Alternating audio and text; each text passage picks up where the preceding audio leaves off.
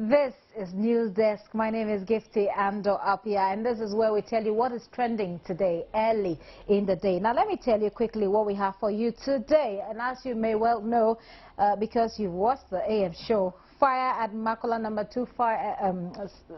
2 market again. So we're told that this morning another fire has razed down the Makola market. We will be speaking to Mr. Billy Anaglate, who is the PRO of the Ghana National Fire Service. We'll also be talking about indiscipline on our roads, and we are taking you this morning to the motorway and other unapproved routes that people are using. We'll bring in Chief Superintendent Odro Amening, who's from the Tema Regional Police Command. We'll also speak about discrimination against physically challenged, and we'll take you to Wenchi, where a little girl has been denied access to education. We'll engage that matter and see whether the school has a point somehow. If they do, I mean, we'll really engage that issue.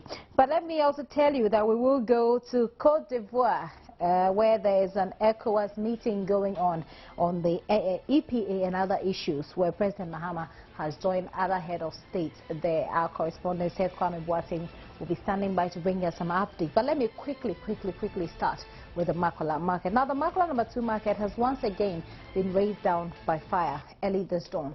Personnel of the National Fire Service have contained the blaze that razed down dozens of structures in the Makola number 2 market. As usual, firefighters initially had challenges accessing the market when the fire started. But Chief Fire Officer, CFO Brigadier General John Bosco Guyiri, told journalists at the scene of the fire that the situation was compounded further by unavailability of water in nearby hydrant.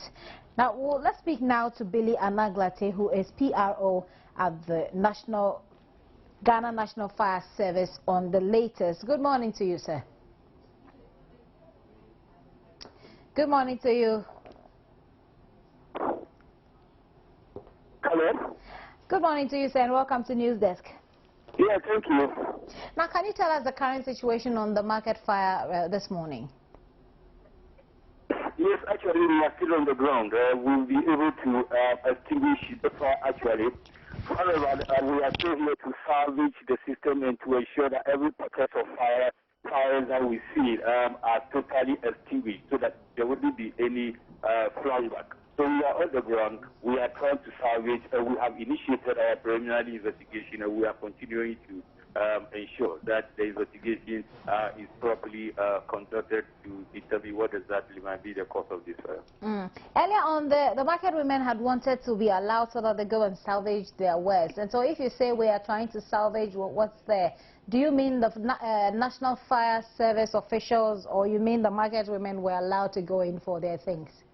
Yeah, for now, because we'll be able to identify the origin of the fire, where the fire might have started from, we are not allowing any one of them to get to that side. But the peripheral, where some of these stores and other things and their wares, we have allowed those that have their wares at this area to go and salvage theirs. When I talk of salvaging, the fire service is also doing salvaging to see if we'll be able to get any clue by identifying any probably the starting point of the fire. It could be any electrical gadget that might start the fire, anything that. So our salvage is to determine if there is going to be anything that could give us a clue. It is different from what the market people are also doing to salvage, what they can take out of the remains of the debris, that if there could be any wires, that goods that are of any use for them that they can pick from them. So that is the 2 categories of salvaging that we are doing for now. Okay. Did you say you found out the cause? You relating it to some electrical fault? No, not at all. I will give you, our salvage is to determine what actually might have caused the fire. So we are doing salvaging to see that if we'll be able to have any clue as to whether it is any electrical component that might have started the fire. So we are looking out for any origin of the starting point of the fire. So the clue is to ensure that we salvage, we remove debris, we try to trace the source of the fire to see what exactly might have caused it. So we are not saying it's electrical. Generally, we are looking at the 5 causes of fires. We are looking at anything that could even be the starting point of it. So our investigation is looking at the five causes. But one would have thought, Mr. Naglate, that with the ongoing education on fire at the various markets, this will help reduce the occurrences. But that doesn't seem to be the situation. Come again, I didn't get the question. One would have thought, I mean, there's been a lot of training for fire education for the market women, especially following the outbreak of a lot of fires earlier this year, last year actually, and then earlier this year. So one would have thought that this should have minimized or say stop these occurrences, but it doesn't seem to be working. The fire education, I mean. Yes, so that we are perfectly right. We have intensified fire safety education in the market, especially. We have even some fire safety teams that go to the market every day to educate people. They are also patrolling the market. Is it seems it's not working. Human society. The other aspect is that you realize that some of the people in the market who have their investment, that's to ensure that they protect their investment, rather are not making themselves available for the fire safety education. Some of them are also not ensuring that they get committed in trying to prevent the fires in the market. If we look at some of the causes of these fires, it is just because of illegal electrical and other activities that go on in the market. So if people themselves have the awareness and other things and investment in the market are committed in trying to prevent some of these fires, and I think that will holistically prevent it, because it's not only the fire service that has the responsibility of preventing fires in the market. We have other stakeholders, and the first stakeholder in this category is the people themselves who have their investment in the market. And then we are also looking at the custodians of the market as well. We are looking at electricity company. They also have a role. But it seems that all of us need to ensure that we prevent fires in the market. I agree with you, but if we're doing fire education and we're spending resources to do fire education, the expectation will be that it should make an impact. I mean, it should necessarily make an impact. But don't you think that since it seems it's not making that impact that we expect, we probably should change the strategy or look at rehashing the education holistically? Yeah, if we are educating people, and the people, you can even educate people, and when the people that you have educated are not implementing the education you've given to them, one thing educating somebody, the other for the person to implement it. And then that is what we are also saying, that the people themselves in the market should first of all avail themselves for the education. And because the fire service has also formed people that should be in the market 24 hours to educate people. So the people should be there to ensure that they are educated, and they should also implement the education they've given to them. Today, we still have people sleeping in the market. Markets are not sleeping places, but we still have people sleeping in the market. They are still cooking in the market. There are 12 bars in the market. There are drinking stores in the market. At the close of the market, all these things are operated. There are people who smoke and throw the cigarette butts in the night. There are people that cook in the market and they don't dispose of the fire properly in the market. Are we not aware of all this? So what we are saying is that although we are educating people, there are other people that might complement the effort of the fire service in trying to ensure that we prevent fires in this market. It is only the fire service education alone that is enough to ensure that fires are prevented in the market. When you still have overage electrical wires in the system, when you still do not ensure that people segregate their wires in the market, when you do not even ensure that all electrical wires are still not being removed in the market, when people are still not ensuring that each time that they are leaving, they should turn off all their electrical gadgets. So all these measures, if they are not implemented, definitely some of these fires will be coming, no matter the education that we give to the people. I guess you're going to still have to do some more work. But finally, before we let you go, describe to me and to our viewers, from your perspective as a fire officer, the extent of destruction that has been caused to this market by the fire. Please, can you come again? I'm saying that from your perspective as a fire officer, describe to us, myself and to our viewers, the extent of destruction that has been caused this morning, where you are. Well, actually, as much as a vast area of this market has been raised down, but comparatively to the whole total market that is on the ground here, I would rate it as a minor destruction, although it is but we have been able to protect the rest of the market from being scattered in this fire and to be destroyed in this fire. So, of course, yes, as much as it's minor, I think it's a little bit Thank you very much. Billy Anaglate is a PRO at the Ghana National Fire Service, and he's been updating us on the situation at the Makola number 2 market. There was a fire outbreak there this morning. He tells me from your final,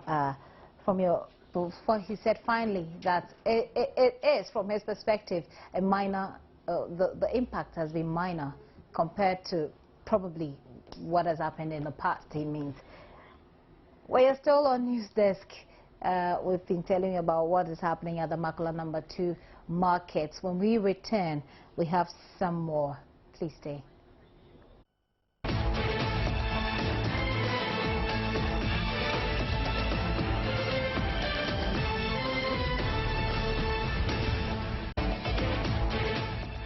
So we've not yet closed the page on the Makola fire.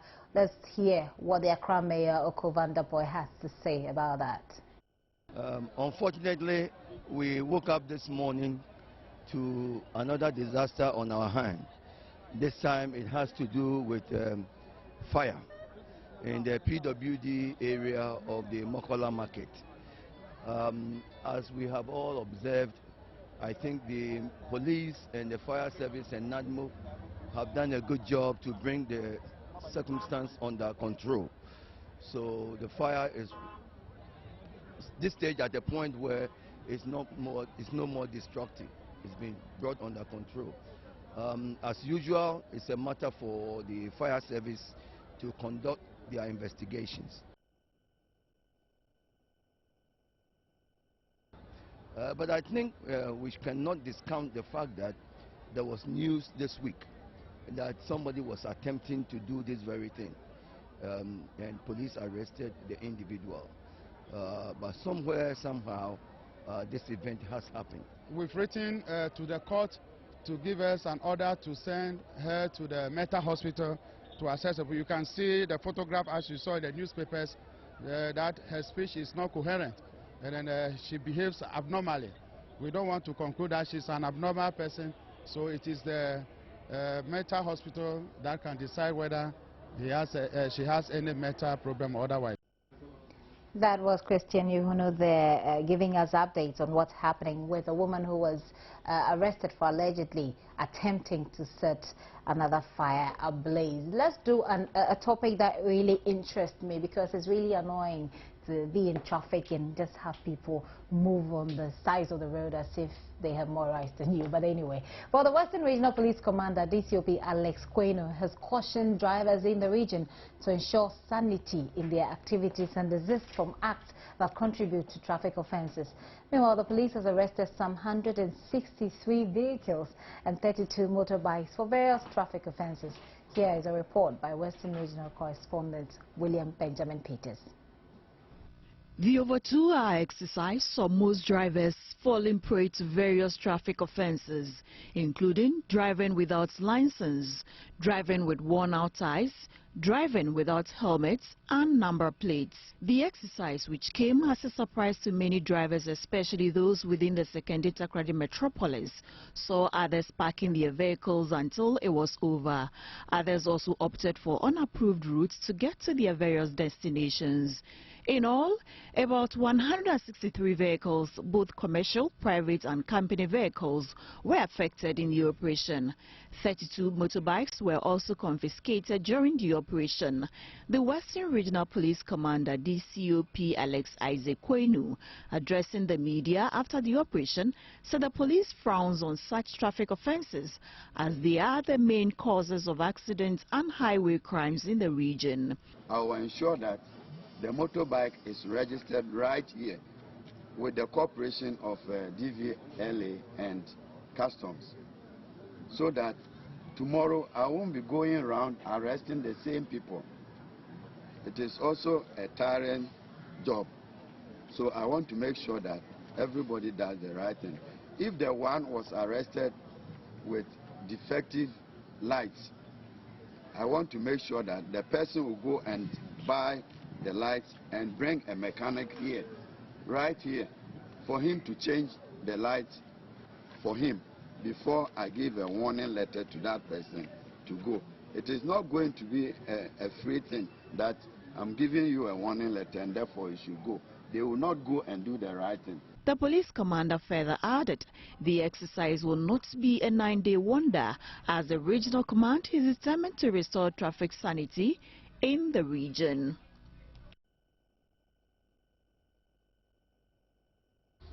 We will be engaging Chief Superintendent Odro Ameni to look at some of this issue. We'll try to find out from him exactly how they intend to contain the situation, because it's really not palatable. But before that, we're expecting him in the studio. Before that, let's go to Wenchi, where a 6-year-old girl who was denied education because of a physical disability is still not in school. Officials at the Wenchi Municipal Education Office say they are still investigating her case 1 month after the story came to light. But the Commission on Human Rights and Administrative Justice, which are taking up the matter, appears to have come to some conclusions which are not supported by the facts on the ground. Jojo Kobna has more. Alberta is not a happy woman. All emotions she had bottled up for some time finally let loose. She is hurt. Her daughter was denied education because of her physical disability. Her 6-year-old daughter's crime was that she cannot walk.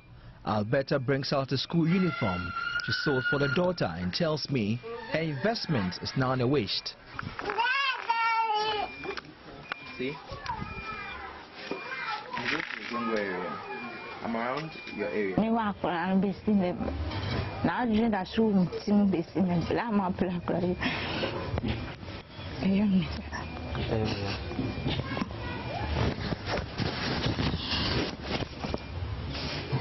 Uniform I know upon me one. Her husband says he could not also challenge school authorities because he thought they had a right to deny her daughter admission.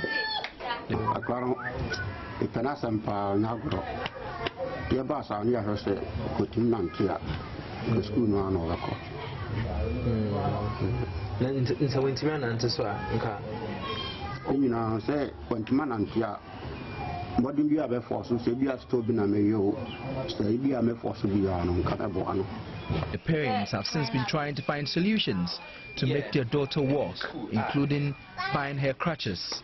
But little Mabna will walk in her own time. She crawls to get to wherever she wants to go and never fails to smile. We followed up at the Methodist B Primary School in Wenchi to get a reaction from the school. The teachers confirmed they indeed denied the girl admission. The assistant headmistress also confirmed the child was not admitted because she could not walk. She gave many reasons why the child could not be admitted. You can't sit for a long time, and you can't hold anything to look at. Let me see. You can't hold a pencil, a chalk, and anything to write. Look at the hand. And he has got a hand, but we have a hand which can hold something. The hand cannot hold a chalk, cannot hold a pencil, a chalk. Now that I've seen that, for me I haven't seen her, and I don't know anything about her. Yes. Black.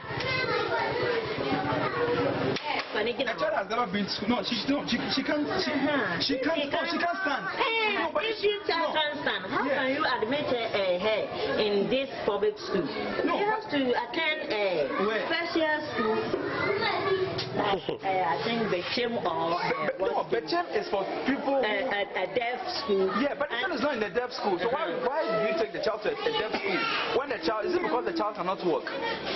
If he cannot work, how can he come to school? He wants children who are active.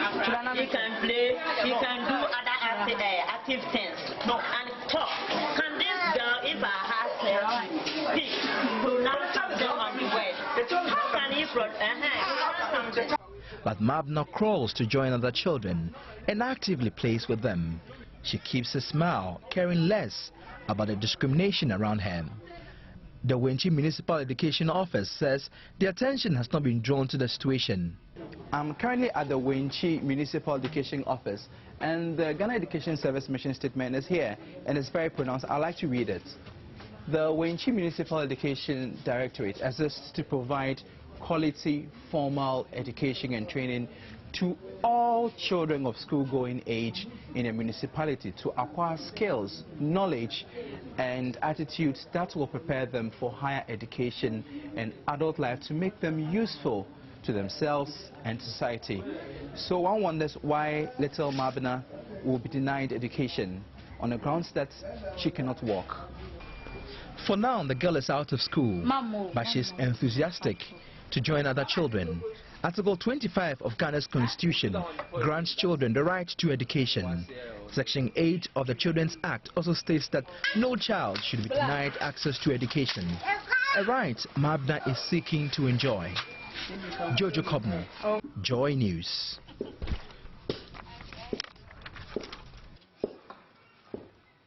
He has got a hand, but we have a hand which can hold something.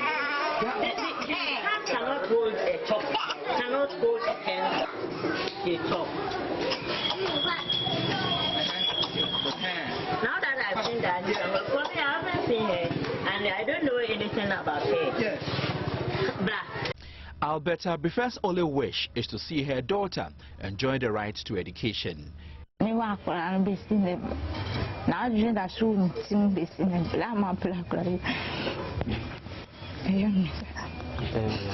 month after Joynews aired the story on Ma's issue, nothing much has changed, just winding bureaucracy.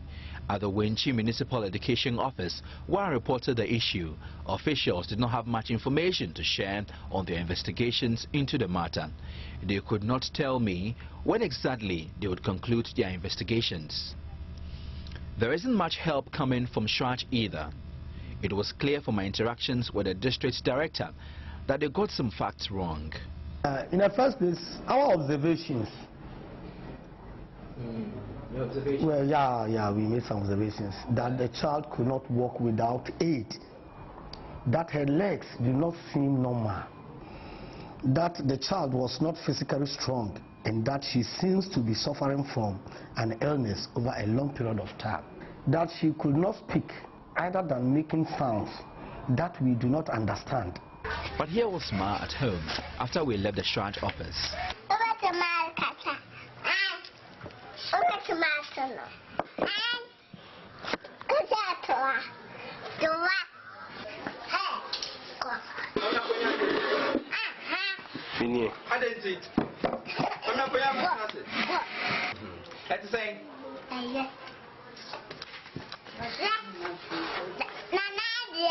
Meanwhile, Reach Out World Mission, a group of young people who are into helping such persons, have gotten a wheelchair for Ma.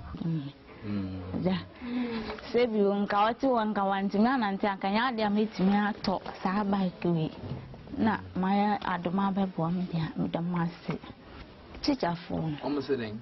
Almost say, as them Muna news. Tis a mode muni boy a mode boame. Tis a muna mede. Wo boy be a mode boame. Monfam me boame. Now, body. That is a story of 6-year-old Mabna at Wenchi. On the phone with me now is Acquah Miranda, who is CEO of Enlightening and Empowering People with Disability in Africa. Let's find out from her. I know she has been following this situation. And good morning to you, Acquah. Good morning. I'm sure you followed this story for a while, and as we've played, you've also heard. What do you make of that as someone who champions people with disability causes? Thank you very much for getting back to us. Actually, as you said, I've been working with Jojo on this issue seriously. I will just say that this is one of the biggest stigmatizations so far in this our modern Ghana, especially how ignorant people who are supposed to be the stakeholders of our fight for the right to education should behave towards people with disability to this extreme. So in short,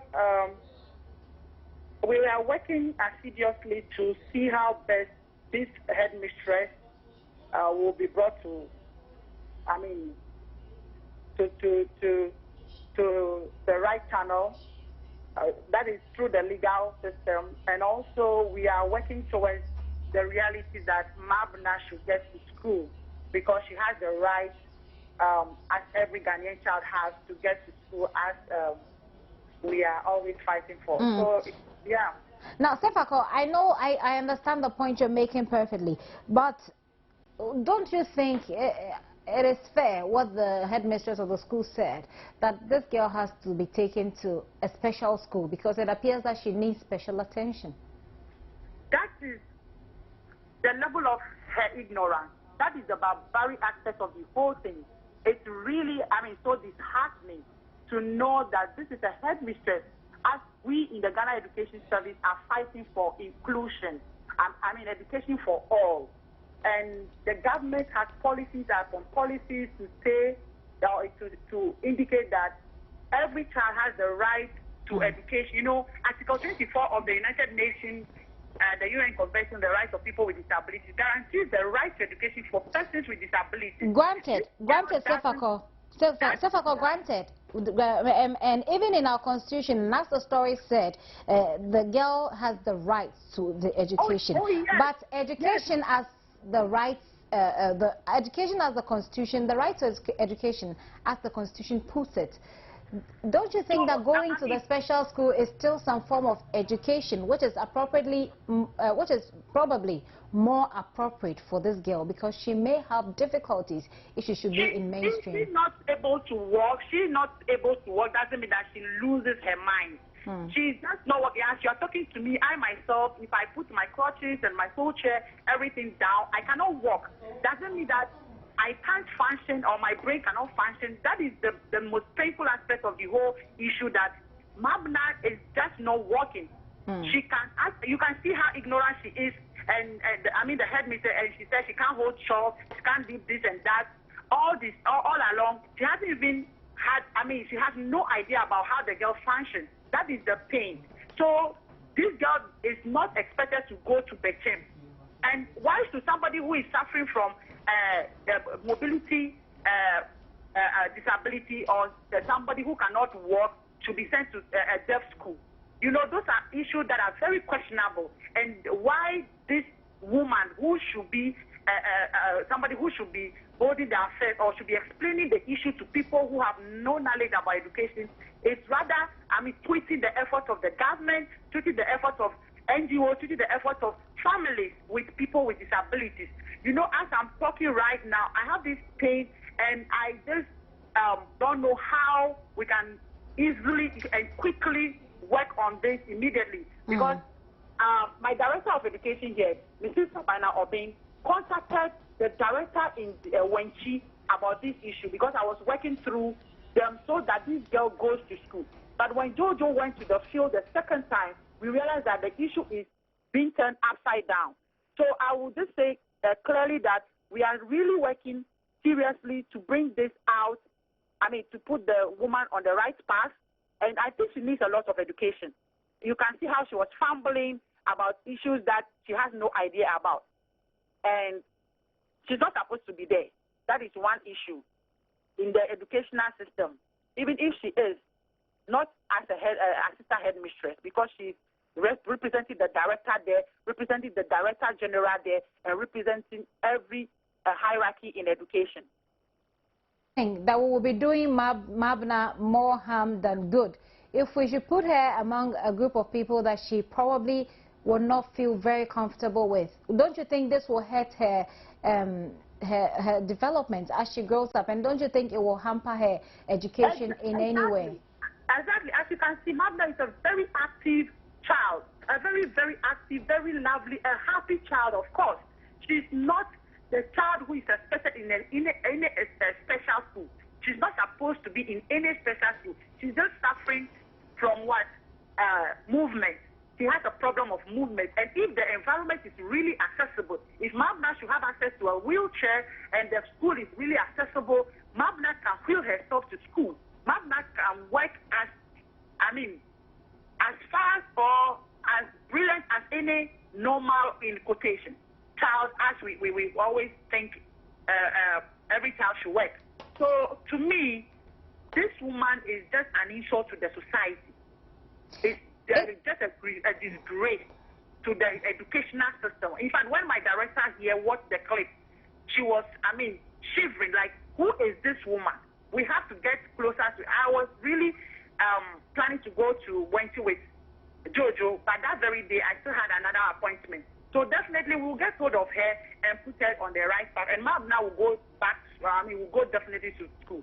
Strach has said, Strach has said, and those people who are working on this story have said that they've received some information that the girl seemed to have a problem with communication. She seemed to have a problem, a problem with, you know, expressing herself as any child would do. And that, for that reason, I think that is why they're saying that she should probably be at a place where she's giving a better attention, at a place where she's giving the much needed attention. What do you say to people who will side with this part of the argument? You said who has said that she cannot express herself, but I heard her expressing herself.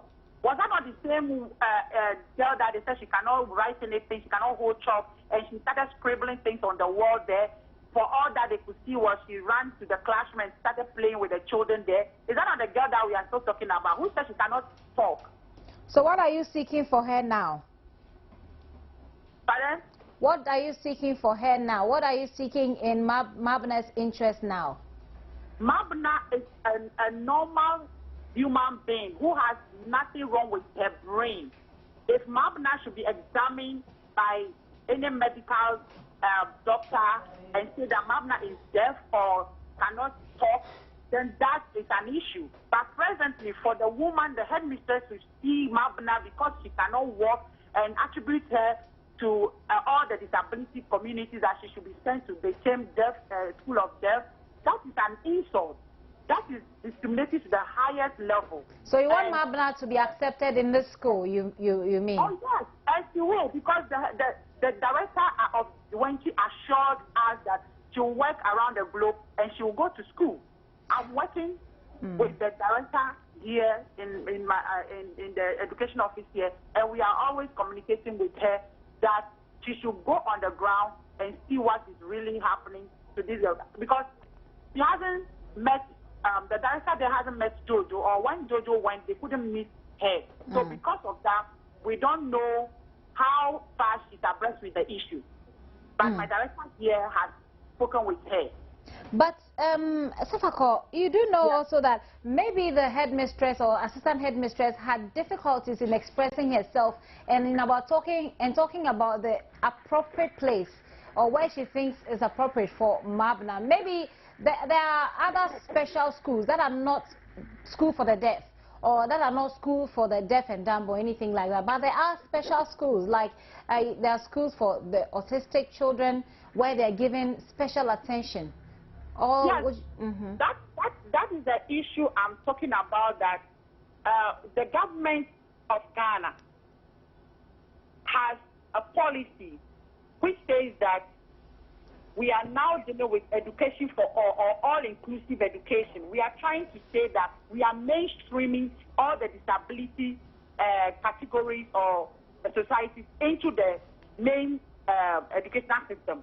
So we are doing away with segregation. We are doing away with special education. It is a stage. We are moving out from that special education thing.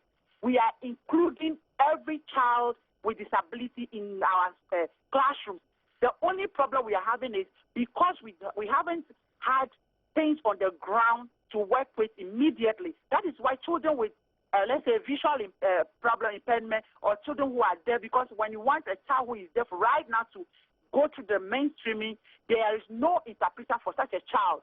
Those are some of the obstacles or challenges we are having. But in Mabna's case, she has no problem. So it's not an issue of expression from the headmistress. It's an issue of ignorance.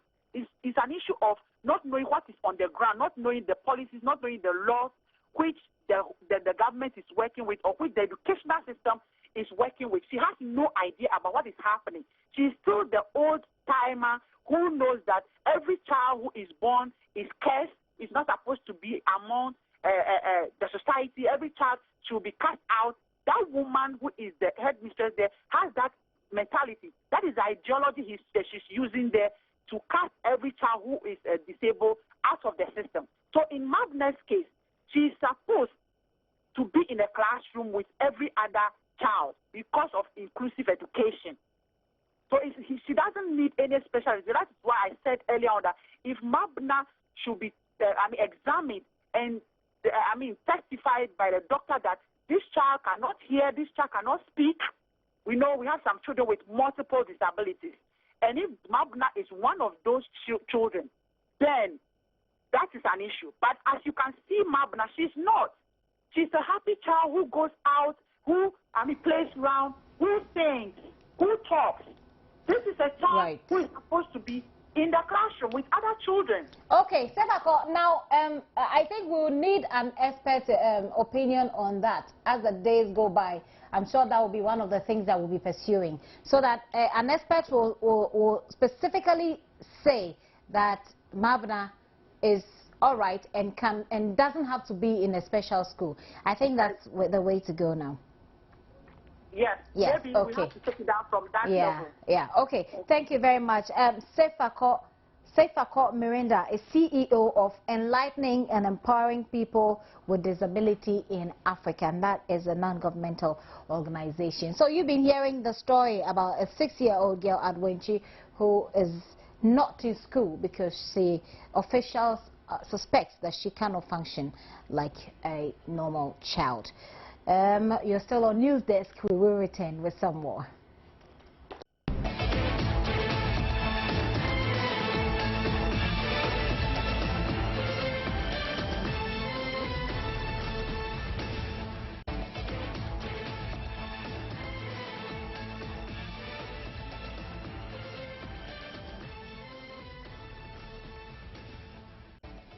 Welcome back. It is still News Desk, and let's go now to Cote d'Ivoire. Now, President Mahama joins other West African heads of state in Ivorian city of Yamoussoukro to, among other things, discuss whether to sign or reject the full economic partnership agreement with the European Union.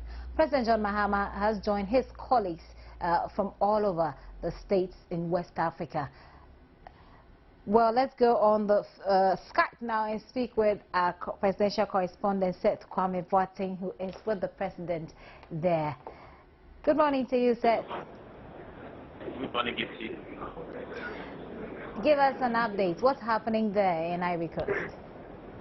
Okay, where we are now, the various heads of state will be walking into the conference room very soon. So you can see from the current here that the guys at station, they are all waiting for the arrival of the various presidents. You can see our team from Ghana. They are also waiting for His Excellency John Mahama so that they will accompany him to the conference room. When we start discussing issues, the various bodies have been discussed. Since came here 2 days ago, the Ministerial Committee on Economic and the Defense Committee, they are all discussing, for example, issues in Mali, issues in Gulf of Guinea, and the Economic team, they are also discussing the EPA, and the statement I have from the chairman of the Council of Ministers in the Acquah Commission say that they are very pleased with the economic partnership agreement between West Africa and the European Union after more than 11 years of defense negotiations. That is what the statement we have tell us, and they are very expectant, and they have described it as the partnership very advantageous to the West African sub-region. We know that in Ghana, when we sign on, we're going to lose some $300 million every year. And they also have 10% access to the European market. The various bodies have weighed the options, and they think that it's a good thing for us. That's what it's like to see that. I believe that it should affect. Now, Kwame Boateng, you mean that the heads of states that are gathered there believe that this agreement is a good thing for Africa, or for West Africa, is it? No, they are yet to meet on that. The economic meeting of the chairman of the Council of Ministers believe that it will not to benefit.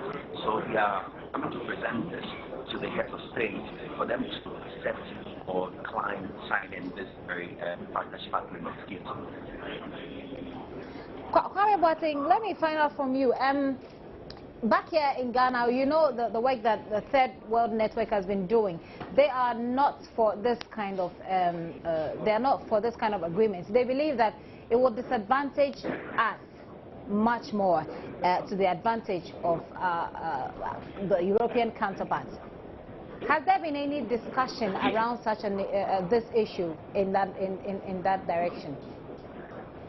Yes, yesterday I spoke to our foreign minister. I asked her the same question, and she told me that yes, we have the right to put forward their views, but Ghana has no position yet, and we are going to accept ECOWAS position. That is, we can say we will sign on, but whatever decision ECOWAS takes is what we are going to agree. So she believes that it's something that will benefit us. They have the opinions on, right? But we are waiting for what ECOWAS will say so that we can also join in this decision. So has the president arrived yet? Yes, all the presidents are in one room. As you can see over there, the room is locked. All of them are there, and we are waiting for all the heads of state who are attending this meeting to come out. We will come out together and enter the conference room for the program to start. So as it stands, is it going to be a closed session and then later on they come out to the media with what they've decided on? There will be an opening after the opening ceremony. Then there will be a close session afterwards. We will have the opportunity to listen and listen to what they are agreed on. Do you pick any information on the ground that this is more like a done deal? Well, the statement I have from the chairman of the Council of Ministers saying that or describing it as very advantageous for the West African region. I wouldn't have any other thoughts as the heads of state agreeing to this, because this is what they have presented and they are submitting to the heads of state for approval. This is what they believe, and that's the heads of state to say yes or no. Okay, Seth Kwame Boateng, is there any other information you'd like us to know? Otherwise, we'll let you go so that you can be a part of the meeting and get us some more updates. Thank you, Gipti.